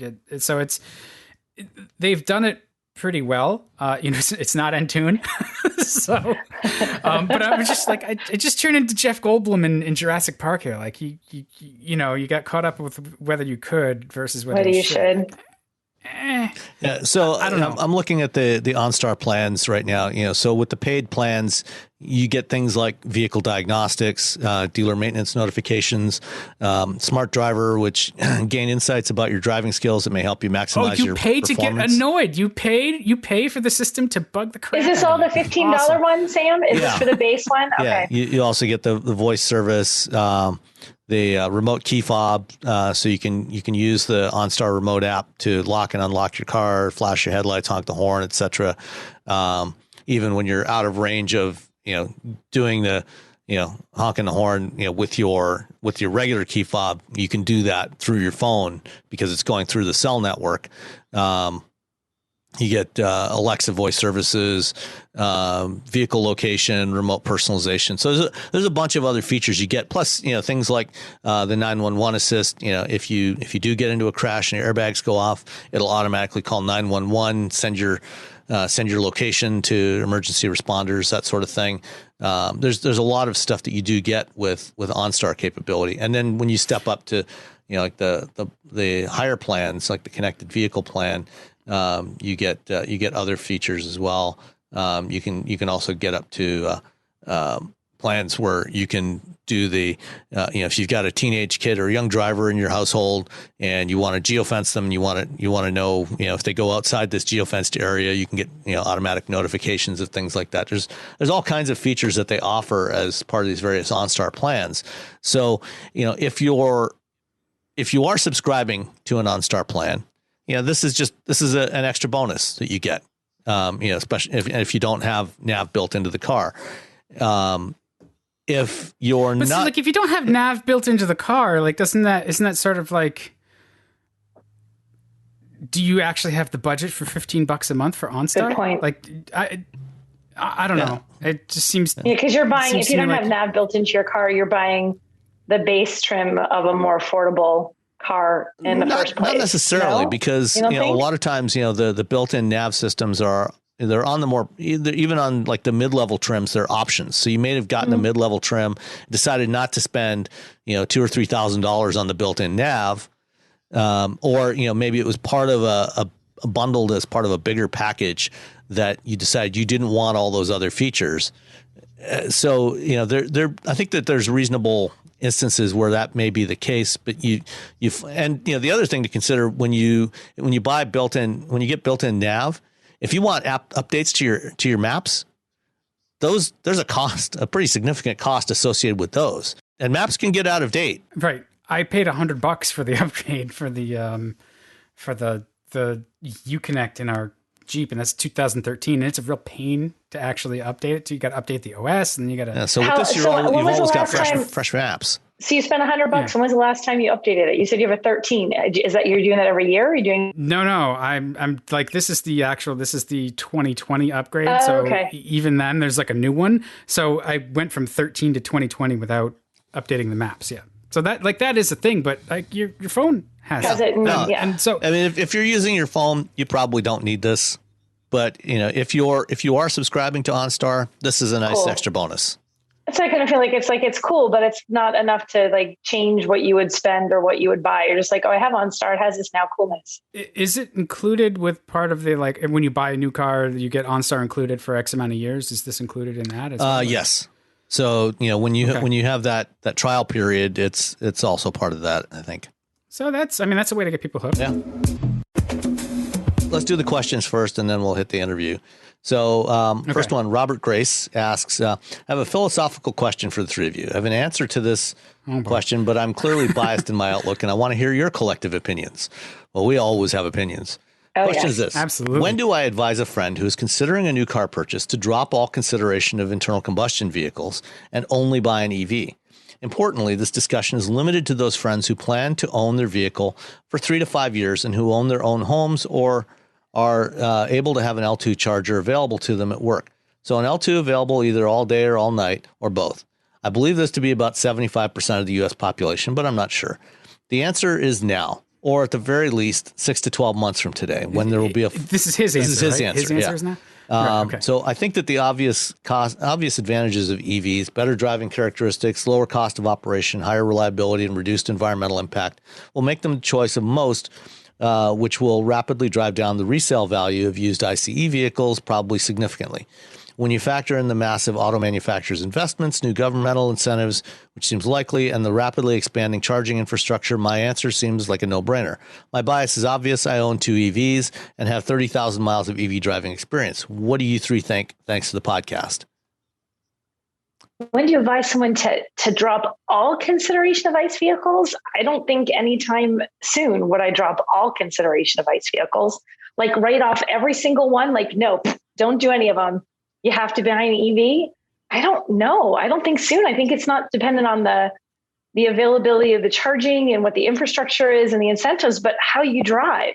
It really depends how you're driving. Like I would have an ICE vehicle and an EV right now, but I wouldn't have just EVs, me personally. So I don't think I'd say like completely axe them from your consideration. I don't know. That's pretty dramatic. Like no to any ICE. I don't think I can commit to that. Dan? I think it's always use case dependent. So those are the questions that we ask anyway when somebody's talking to us about cars, right? Like, well, how are you going to use it? What's your daily commute like? What are your edge cases? Do you take long trips? Do you have another vehicle for that? Would you be opposed to renting? If you needed to take a, cross country trip and, you needed to take the whole family, rent a van or SUV or something. So once you get those questions out of the way, and the charging availability is there, and your daily miles is, the average daily mile round trip is less than 40 miles. Yeah. Right. So I think now is the point to try to go EV. I agree that you should at least in the back of your mind be like, that option for internal combustion is always there, but try to go EV if you can, because you're just going to benefit to a degree anyway with all the incentives he was talking about. Plus, you'll never have to go to a gas station again. And who wants to go to gas stations, right? At least the charging stations are close to stuff. The Mach-E I took down to it's at the Solomon Pond Mall, is the closest level 2, or not level 2, closest DC fast charge. And that's like right outside of Bertucci's. So you can go get pizza. Charge and pizza. There you go. That's the decision. And I am 100% motivated by pizza. Is there a pizza joint near your local EV charger? Then stop thinking about an ICE engine altogether, Absolutely, right? That seems like a reasonable answer. Right. Eat more pizza, use less gas. Everybody wins. Yeah. Go ahead. No, so yeah, I think you should try, if you can, try to do it now. Yeah. But try versus like, life is too short to be absolute. See, that's it. The absolute was what got me with the question. Like, yes, I think everyone should be considering it. Most people should probably be at least looking at it, depending on their lifestyle. But like to completely say ICE is not the way to go at all, don't even look at it, I can't commit to that. Yeah. I would agree with both of you to a large degree. I think you absolutely need to take a look at your use case, your lifestyle, and how you're using your vehicle. For the vast majority of people that live in a single family home with off-street parking, you should absolutely be considering one, if not now, at least within in 12 months from now. Because 12 months from now, there's going to be a whole lot more options than there are today. Today, the options are still fairly limited, but by the middle of next year, there's going to be a lot more that you can buy from a variety of different automakers. And particularly in the smaller, small to mid-size crossover segment, which is increasingly the biggest segment of the market now. That's the kind of vehicle people want. You're going to have a whole bunch more options from Hyundai, from Kia, from GM and others, a year from now. So I think that if you are in that situation, if you have a normal commute, of less, 50 miles a day or less, and you have off-street parking where you can charge at home, chargers, you can buy a charger, a DC or an AC level 2 charger for about $400 now. If you have a dryer outlet in your garage, you can plug that in. And in fact, a lot of new cars now are coming from the factory, like the Mach-E is an example, the Audi e-trons. They're coming, the charge cable that they come with in the car has support for 240 volt charging. So if you have that dryer outlet, that NEMA outlet in your garage, you don't even have to spend the $300-400 on a charger to stick on the wall. Just use that cable and just plug it in and you're good to go. So if you rely on street parking, or you have to park somewhere else and you don't have, workplace charging, then it becomes, more complicated. Or, if you are, frequently taking long road trips, then it becomes more of a hassle. And, again, it depends. If your road trips are greater than 200 miles, then you probably still want to be thinking about an ICE vehicle. If your road trips are up to 200 miles, now, right. Not so much. I mean, and the middle ground there is still the plug-in hybrid. Yeah. So, that is a very viable option for a lot of people. And, next week, I'll be talking about the Toyota RAV4 Prime, which is, it's a fantastic option for customers that want to go electric, but aren't quite ready to make the full jump. And, those sorts of options are out there and they should also be considered. So, yeah, I would agree, that it's not quite for everybody yet, but we're rapidly getting to that point where you probably don't want to consider an ICE vehicle anymore unless you are making the right choice in buying a Miata. Okay. And, an electric Miata is going to be a good time. Yeah. So let us know. That was Robert Grace who wrote it. Right. So let us know if we match up philosophically. I feel like we didn't disagree enough. We didn't get any fireworks. All right. Well, maybe this one. Let's see. Lynn Lynch asks, she says, good morning. Love the show and so sad Rebecca left and so happy you now have Nicole on the show. Don't get me wrong. I'm very happy for Rebecca and enjoy the make host, but I'm selfishly sad for me, the listener. I think what we probably needed to do is have more shows with Rebecca and Nicole together. Maybe some point in the future. Yeah. Where would I be able to get a comprehensive rundown of current electric vehicles that are available to consumers and a rating, including Tesla, which I put in the mix. I'm looking to possibly get an electric vehicle for my next car in June, and was interested in evaluating what is currently available across all types of vehicles. I looked at the archive of the podcast, and I wasn't able to find a show that fit that bill. Thanks for all your info over the past 3 or 4 years. I started listening after I heard Sam on the Leo Laporte show many years ago. Although I'm not a car buff like my husband, I do enjoy listening to your discussion about the different cars and auto news. Keep it up, and happy to have you hit the big time. Right? We got Nicole. We hit the big time. Right. Absolutely. No, that's not a joke. Yeah. I mean, none of us are NASCAR jurors. We finally have a Car of the Year juror on the team. We're legit now. You're legit. I'm legit. Oh God, you're in trouble if I will legitimize you. Just it's been 5 years, by the way. 5 years, Sam. Well, yeah, 5 years this fall. So about 4.5 years. So probably the quickest place to find what's available right now is if you go to fueleconomy.gov, and we'll put a link to that. That is the EPA website where they list all the fuel economy numbers for all the vehicles that are available for sale in the U.S. right now. And as part of that, it also includes all the electric vehicles. And you can, on fueleconomy.gov, there's a tab at the top for advanced cars and fuels. And if you click on that, you can find in there, all electric vehicles. And there is a list.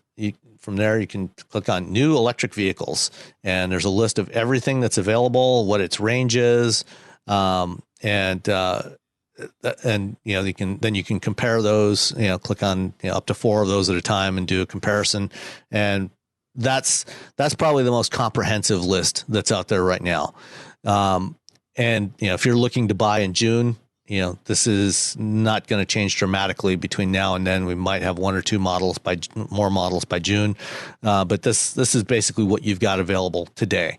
And as soon as cars have been certified by EPA, they get added to this list. And they typically update this site every Thursday. So, they get updated within a few days after all the paperwork has been processed.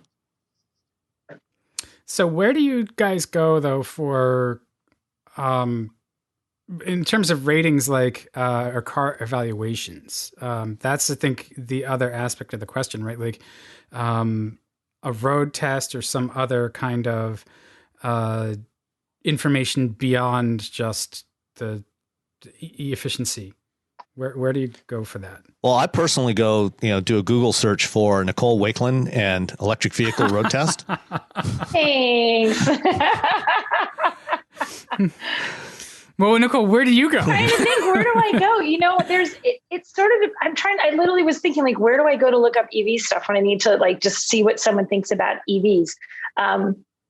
I actually use websites that I really like. I like InsideEVs.com, and I like Green Car Reports has good stuff. I feel like if you're looking for overview, those are the ones that pop into my head, so I must use them a lot.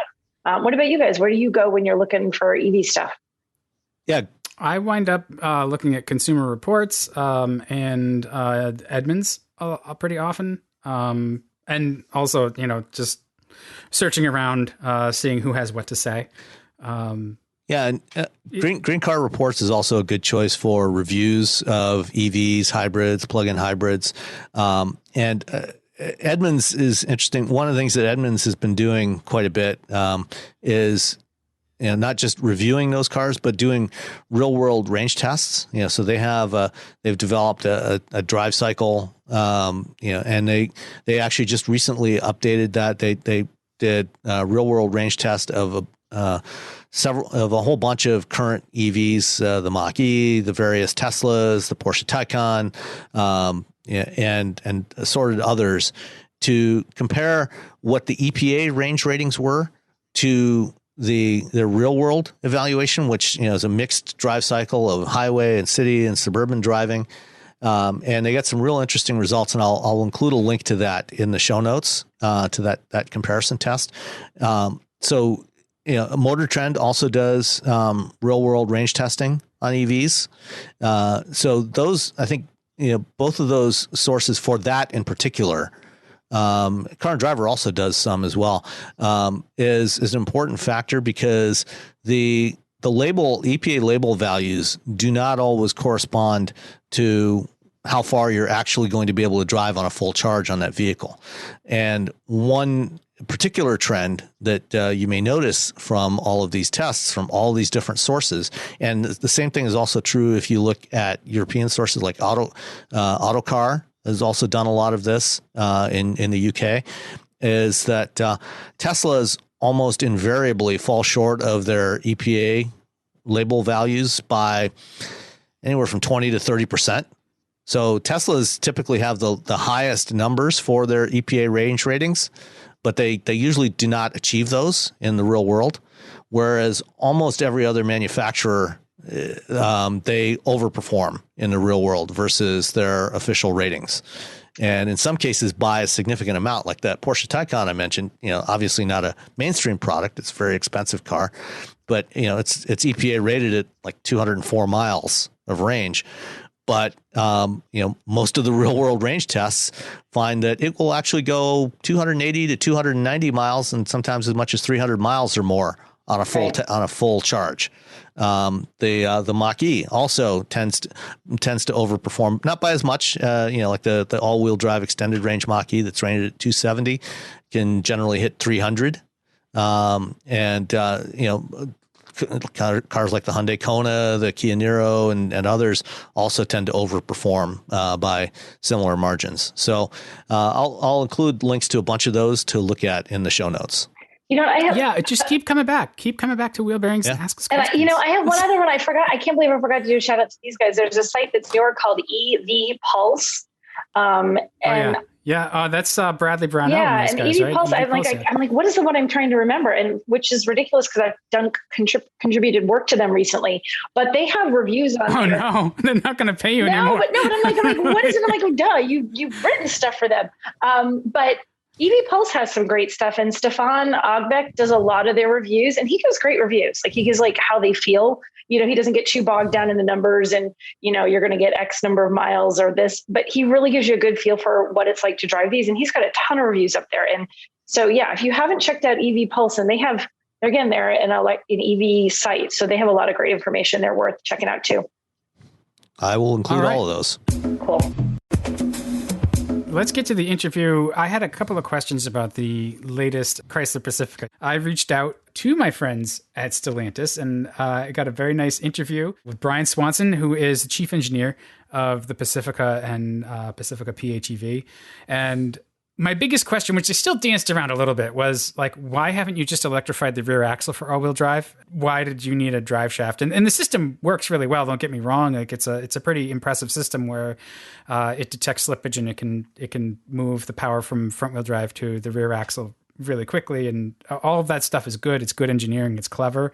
It just made me think that maybe they missed out on an opportunity, although maybe also they maximized the battery range for the plug-in by using larger batteries anyway. And if they were to try to keep stow and go together with hybrid, you'd have a compromised hybrid that wouldn't have much range. So. We may yet see that all-wheel drive plug-in hybrid Pacifica, because Stellantis has launched in Europe. They've launched plug-in hybrid versions of the Jeep Compass and Renegade with that have an electric rear axle. So, they're doing it that way already for a couple of vehicles in Europe. So maybe we'll see that get added to the Pacifica. It's in the corporate toolbox. Like I'm not the only parent here. Obviously, we're all parents, but like I just want it all when I'm buying the thing. All of the things I can get on this, I want on this vehicle. No, well then I don't want it. Right, and I want the payment to be $250 a month, please. Like, but you get cool little pillows in the Pinnacle. The little back. Oh, those are nice pillows. Those pillows are so nice quilted leather. They're beautiful. Yeah. I like the idea. So there's a lot to the Pinnacle, and Brian was great, and he talked up not only sort of the greasy bits underneath, but just the other stuff that you can get in the Pacifica with the newest generation of Uconnect and all of the changes they've made. So it's a short interview, about 10 or 15 minutes, and we'll jump to that and come back. I have a quick announcement. So don't go away. Stay tuned. Well, thank you so much for taking some time to talk to us for the Wheel Bearings podcast. I appreciate it. Yeah, absolutely. It's always great to get an opportunity to talk about our products.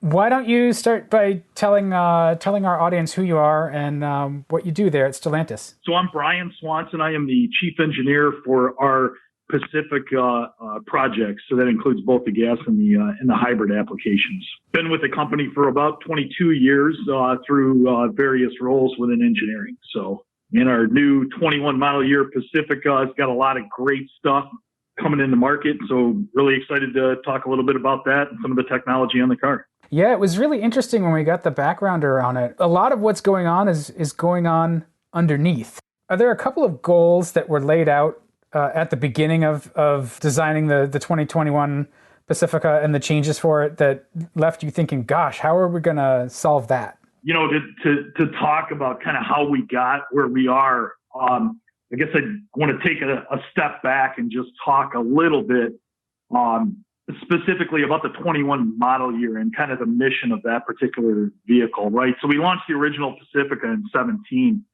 and just about since we launched that car, we had customers calling us and asking us, you know, hey, I love it. It's great. I love all the features on it, the stow and go. Love everything about it, but when can I get an all-wheel drive? And we heard that message pretty strong from all over the country, specifically, you know, in the Midwest, in the you know, kind of high snowfall regions, if you will, right?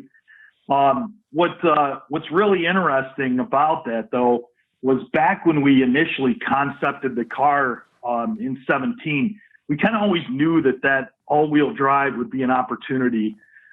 So we kind of tasked our packaging engineering department with, hey, you guys got to package me. You got to package protect for all-wheel drive. We know customers are out there that are probably going to want it. But you also got to make it work with stow and go. And that was kind of a big challenge for them. So we ended up growing the car about 38 millimeters width-wise from the exit van. And that allowed us to actually accommodate the three-piece drive shaft that runs the length of the car and keep kind of one of our most coveted features, which is stow and go. So, you know, in 21, we're bringing not only all-wheel drive, but a van that also has that stow and go feature. So it's one of the things that we're really excited about. And you had mentioned a lot going on underneath, and it's not only underneath, really inside. So for 21 model year Pacifica, you know, we're one of the first vehicles within Stellantis to offer our new Uconnect 5 system. And it's really an awesome system. If you haven't had an opportunity to experience it yet, it provides customizable driver profiles. And I'm not just talking about like radio presets. I often tell people my wife and I have shared a minivan for about 17 years. It's her daily driver. I get to drive it occasionally on the weekends. And so your settings are the number 2 button on the door, right? Like, yeah, exactly. Absolutely. Yep. You're with me. But one of the things that's really frustrating, right? Because when you're in your daily, right, you know where everything's at and you kind of know where all those great features are. And it's like that 5 minutes or so that you get in and you're kind of like reacclimating yourself. You're like, all right, how do I turn on the heated seats in here? And how do I do all that? These customizable driver profiles are awesome. You can go in, you can build pages within the head unit that allows the customer to put all those features that they want right on the front screen. And you can it's kind of like you can jump in and go. And it's really great. It's bringing wireless Android Auto and Apple CarPlay, all of the Alexa capabilities that you have at home on your Android. That's all in the van. It's great. I mean, you can start the vehicle, unlock the doors all from your home. Just a lot of really, really cool tech that's in that Uconnect 5 system. Yeah, I remember getting the backgrounder on that earlier in 2020 as well, and it was just the amount of thought that went into it was pretty impressive. And so that right now, Uconnect 5 is on it's on the Pacifica, but it's also on the Ram. It hasn't started to filter out into other vehicles just yet, right? It's on those two though. Yeah, so right now it's on Pacifica and it's on our Durango as well. Durango, okay. And you'll see that that system come into the rest of our portfolio here pretty shortly. Yeah, it's pretty slick, and I was really impressed with the. There's like the app marketplace for it too, as well, right? Where you can add different functionality to the car via subscription model or just download it. Yeah, it's really cool the amount of connectivity now, right? That we're starting to see in the vehicles, as well as some of the customizability, right? So like even on our van, on our 21 mile a year Pacifica, we have a feature called SamCam, and it's a video feed that's mounted up in the headliner that allows the driver a 360 kind of bird's eye view of the cabin. And what's really unique about it is you can, based on how we have the camera positioned, you can see into a rear-facing infant seat in the second row. And I know when I was a young father, it's like you put that rear-facing infant seat in the back, and you're always wondering, like, what is going on? Is he up? Is he awake? Is he sleeping? Right? Push of a button on the radio head, you can kind of check in and see how things are going. And that's just one of those cool little things that right now is only offered on the Pacifica, and that's kind of some of the customization that's a system like that is offering. So it's really cool. I mean, you guys must get all the parents sort of together and just saying, what is it that you want? What do you want in a car? Like, how do you focus group that, even just among yourselves, to just figure out the features that you want to try to roll out? Yeah, absolutely. It's funny. It's, obviously a lot of young parents, you go out and you do clinics and stuff, but not only that, it's the segment is such that, really, if you think about it, a lot of our customers are younger children, right? The kids that end up sitting in the second and third rows, right? So it's kind of a very unique segment, and being able to go out and get those customer voices and understand, really what their expectations are and what they want to see. Connectivity, I guess, is kind of paramount, and everyone's got their own phone, if you will, and they want to be able to connect and do all those things. But, even with that, there's always that portion that either forgets that at home or, perhaps is too young to have a phone. So, we offer a Uconnect Theater. In 21, we have 4 new games that are coming in for that. We're adding Concentration, Chess, Backgammon, Chrysler Says, which is kind of like a Simon clone.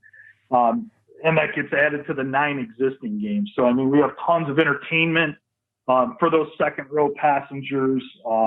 And just kind of all those creature comforts, and the games, it's so funny. It's hilarious to me to talk to my kids about what they like in the vehicles that I get to review on a regular basis. And they love vans. First of all, I think part of it is because they can see out of them so well. But the games in the Chrysler systems, or the earlier Pacifica, has ruined them for any other van. I forget which competitor it was, but my son got in and he was like, "Oh, there's no games in here." I was like, "No, not in this van, buddy." So that's really cool that it's offered, and I think it's that's kind of like a growth area. You can even start to partner with other game publishers. Get Pac-Man on there or something. You talk about games. I know my kids will. They'll go in and plug in their Xbox, right? And it's like the exponential growth of technology and how quickly it's arriving, not only in your home, but now into the vehicles. This is an exciting time to be in the industry. Absolutely. So let's get back to the greasy parts for a sec. You had mentioned Package Protect. Can you just give me like the real quick summary of what that practice is? What does that actually mean? What I mean by that is we wanted to make sure when they did all of the packaging for, say, kind of all of the hard points or all of the pieces and all of the things on the vehicle that would be very difficult to change, we wanted to just carve out kind of a space, if you will, of where we thought that this system would have to go, right?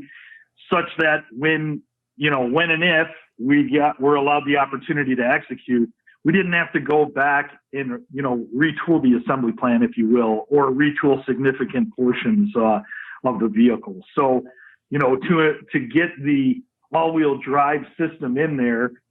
We launched the car already wider. The space was kind of there. Really simply, all we had to do, we had to make some minor modifications to the front end of the cradle. We modified the fuel tank a little bit, had to do a little bit of exhaust rerouting, but there were no like major monuments that would make it very difficult to put that all-wheel drive system in there. Right. So really the body in white stays the same, and just some of the pieces you're bolting into it are different. You'll have to modify. Yep, absolutely. So with the all-wheel drive, you can get all-wheel drive with stow and go, and you can get hybrid, but you can't get them together. And part of that is because the stow and go goes where the batteries go for the hybrid, but it's also a mechanical all-wheel drive system. Can you talk about maybe the choices you had to make, maybe considering something like an electrified rear axle versus mechanical all-wheel drive that would have given you some capability, some electrification capability and all-wheel drive together and kept stow and go? When we started to look at it, kind of the first application that kind of made sense to us was just going after the gas.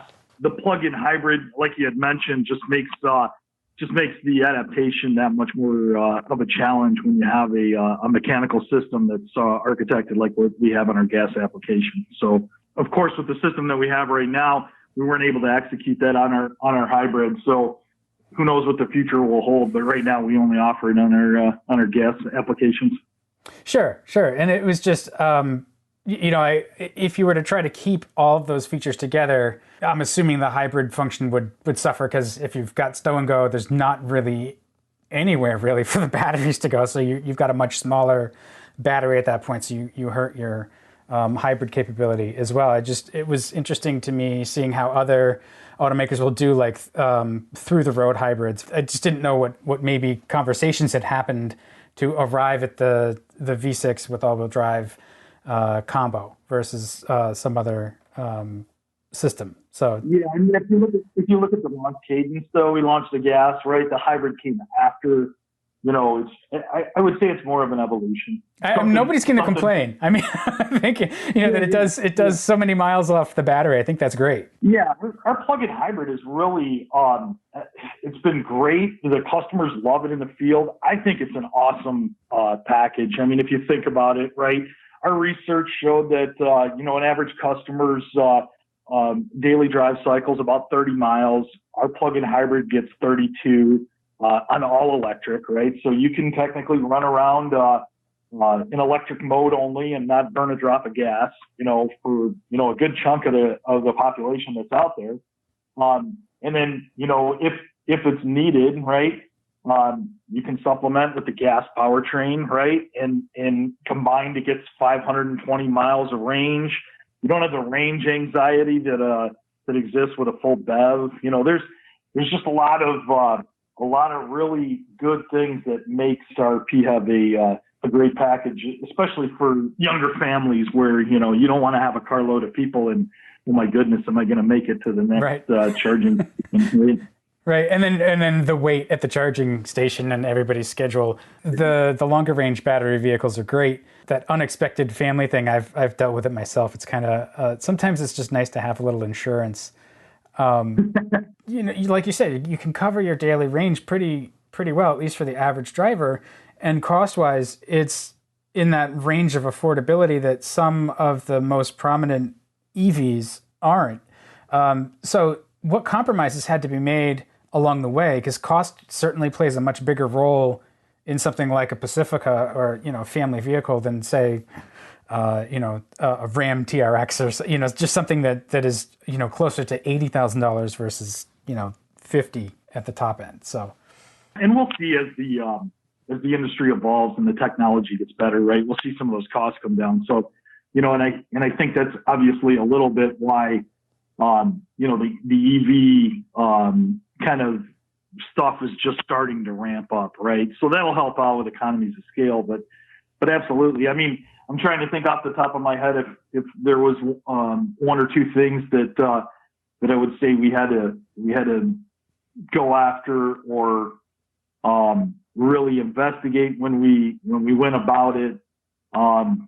there's really nothing off the top of my head that I could think of, but I completely understand kind of where you're coming from. Minivans don't. They're not really seen necessarily as a hotbed of engineering innovation, but there's a lot going on. And so, what are your plans? I guess going forward, what can we expect to see as the model evolves? And the next iteration.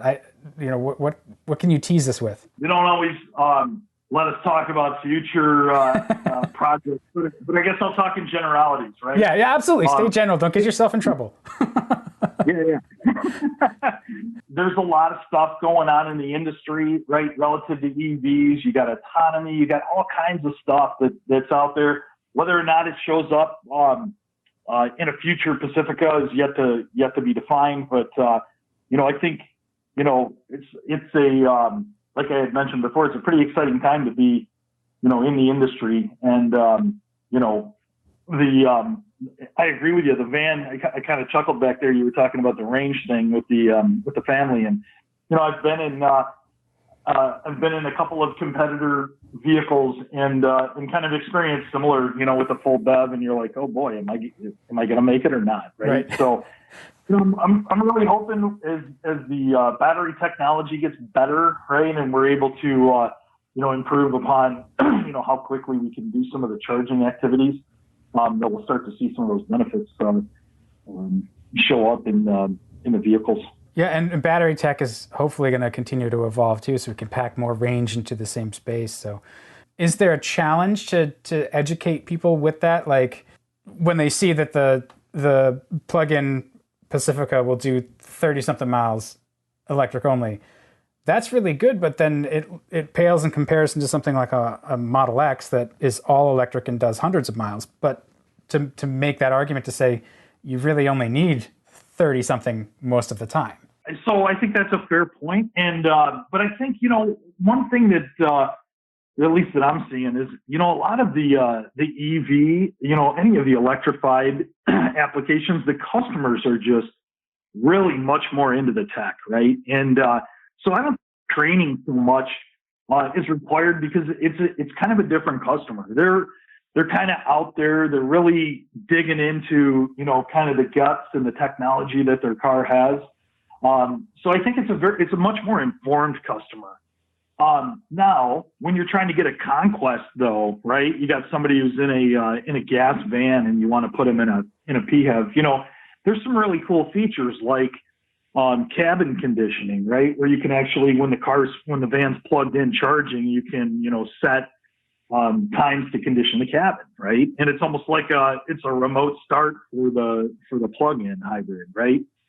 So if you live in a cold climate, right, you can say, hey, I leave to go to work at 7 a.m., start heating up the cabin at 6:30 in the morning, right? Or, so it's ready to go. I think it's subtle features like that probably require a little bit more of the training, if you will, more so than the plug-in portion, if you will, at least in my opinion. But. Yeah. But once people learn about that stuff too, they love it. They evangelize. Hey, look at this cool thing my car can do now. So, I wish I had all that stuff on my gas car. Yeah. No, and that's some of the cool things, right? That will start to get a lot of people interested in coming over and and being what I'll call an early adopter, right? Because I think we're just seeing the beginning of kind of that move, obviously over towards electrification. But you're absolutely right. It'll be cool little features like that people find out, wake up one morning and go, man, I can't live without that. All right. So last question. We'll move to the engine bay. Staying with the hybrid for a moment, was there ever a consideration to swap the V6 for a smaller, more efficient four-cylinder, kind of use the electric motor to fill in the performance gap, to make it even more fuel efficient? And maybe why was that or wasn't that considered? When you're going through and concepting vehicles, you're going to take a look at all the different possibilities and different combinations that are out there, obviously, right? And at the end of the day, when we looked at, kind of pulling the package together, it just made a little bit more sense to us with the vehicle that we had, to keep that 3.6, and it's slightly modified, right? We're running an Atkinson cycle on that motor, so you're picking up, some subtle improvements or some pretty significant improvements in efficiency, and we let the electric motors kind of pick up the bottom end, if you will. Yeah. And, absolutely, it's interesting to see again where the industry's kind of moving to that smaller 4-cylinder, application and what's going on there. But with the current offering that we have right now, that was kind of when we looked at all the data, that was just the one that made sense to us. So. Well, all right. Well, so I think I have run through our list of questions, and I will put it into the next episode of Wheel Bearings. I just wanted to say thanks for taking the time to chat Pacifica with us, and hopefully I get the chance to try one out soon. I haven't seen one in the fleet in a little bit, so you got to check out. I'm going to recommend one or two, and we'll see what we can get you in. So. 21, we have a new model. Our new high-end model is the Pinnacle. I don't know if you've heard about it. Yeah, I love the quilted pillows. yeah. It's got the absolutely. It's got the quilted pillows. It's got the unique Napa leather. I think they call it caramel. It's got the plush second row seats like you have in a hybrid, right? So it doesn't have stow and go, but that's a suede headliner. I mean, it's like the epitome of luxury in a van. It's a really cool one to check out. But I'll tell you, the one I've sold the most of, and a lot of people haven't heard about it, but it seems like everyone I talk to ends up getting one. And matter of fact, I got one in my driveway right now. Is our Red S model. Have you heard of the Red S? I have. That's the one that Ezra Dyer just wrote about in Car and Driver.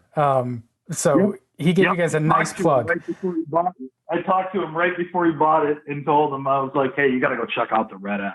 That's awesome. And I was laughing because I saw his article and said, hey, I sold him that car. But, it is so cool. Every time I take that van somewhere, people are just like, oh my God, what is this custom? I'm like, nope, comes through the factory just like this. So it's cool how, the van segment, and I listened in a little bit on your January podcast just to get a flavor for the show, right? And Sam was talking his experience with the car, and you guys had made a lot of comments about everyone loves the minivan, right? It's kind of an awesome vehicle, but no one wants one, right? And it's kind of funny to see not only that, like, small customization stuff that's now kind of even coming out of the factory, but even the little like grassroots stuff that's going on. There's clubs out there, specifically like out west. If you look, van culture is one of them. But there's a lot of people that are really, really interested in the segment and customization in the segment. So who knows what where that goes? But it's just kind of one of the really cool things that. You just kind of step back and look at it and go, it's an interesting segment to play in, but then to see what people do with them is actually really cool. Yeah, I would love to see sort of a plot of how passionate the owners are, because there's really like that van culture thing is definitely happening. And I think part of it too is there's a whole generation of us that grew up with the minivan. We were born right around the same time as that original Caravan hit the market, and I think I was 5 or 6, and so it's been a part of our culture. One of the first cars we remember as kids might have been a Caravan or a Voyager or something, and now SUVs and crossovers have been the thing for a decade plus. We want something different, and the van gives you that car-like driving experience with all of the space inside of a full-size SUV. There really are that most practical solution, and so we fight with ourselves, I think, a little bit. it's cool, but it's also got that like uncool to it as well, which I don't know. That's us to figure out. That's not the van. Oh yeah, it's definitely a dichotomy, right? I'll leave you with this though, because I thought this was kind of funny. So one of my close friends sent me a text the other day, and it was a post on Twitter from some guy, and his comment was, "The kids who drove minivans in high school are now the backbone of our society." Announcement-wise, we have a couple of changes for the show. I know we just put everybody through the changes with Rebecca leaving and Nicole joining. So I now need to make everybody sad. I've taken a position at Ford, and so my role with the podcast needs to change. But it's not as tragic as you may worry. I'm still going to try to be a part of the show. And as much as I know, as much as I know everyone else wants to hear what I have to say, in the meantime, we're going to add another third host. And Sam, you lined up Robbie Baldwin. Yep, Roberto Baldwin, formerly of Car and Driver and Engadget and assorted other places, and is now freelancing, has agreed to join us starting next week. So we're really looking forward to having somebody tall on the show. And he plays guitar really well. He does. So there's that. He's in a bunch of bands. So is he going to do like intro music for the show now? Will we have him just? That would be awesome. I think he should just play a little guitar at the beginning of every show. There we go.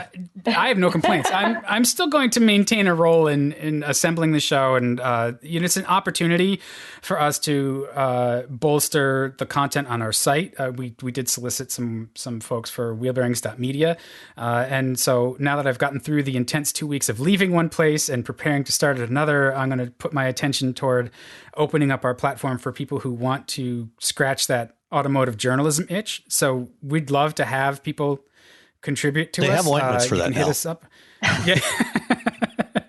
We are a salve for the but what the email is pitches@wheelbearings.media if you wanted to pitch us and see. We have a tiny little budget for now, which is made possible by you, our listeners. You should be on PBS. PBS, right? Or Public Radio, made possible NPR. by you, our listeners. Right. And but we're not underwritten by like the Koch brothers either. That's true. But our budget is small. It's made possible by our excellent audience, and we want to have more contributions. So let's build a scrappy thing together. I am going to try to come back. My role will evolve as I go through ethics review. So stay tuned for that. I need to step away for a little while just to make sure I get the okay to do it. So I'm disappointed to have to back off after podcasting for 15 years. Wow. 15 years. Wow. Like I was part of the first wave of podcasters. The early right? podcasters. Look at you. And now you're going to work for Ford. Which has nothing to do with why Dan was driving so many Fords over the last couple of months. No, it was just a I actually coincidence. asked about that. And that's it's mostly due to our wonderful New England fleet person, Rhonda.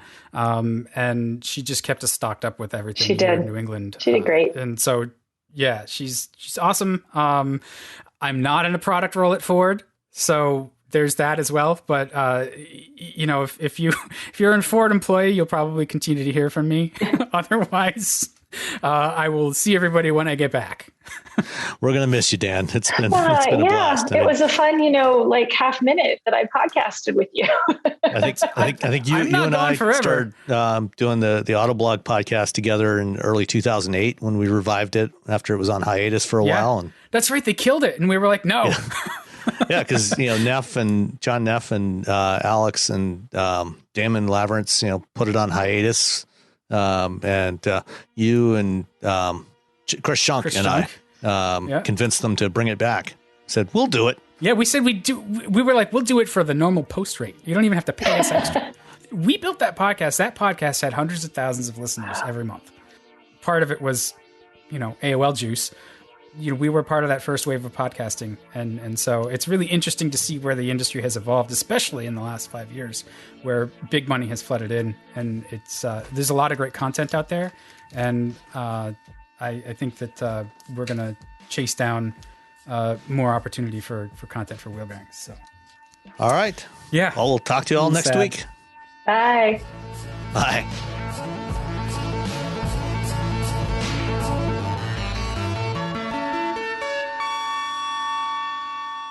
With so many options, why choose Arizona State University? For me, the only online option was ASU because of the quality. Their faculty was really involved with their students and care about your personal journey. The dedication to my personal development from my professors, that's been extremely valuable to me. Earn your degree from the nation's most innovative university. Online. That's a degree better. Explore more than 300 undergraduate, graduate, and certificate programs at asuonline.asu.edu.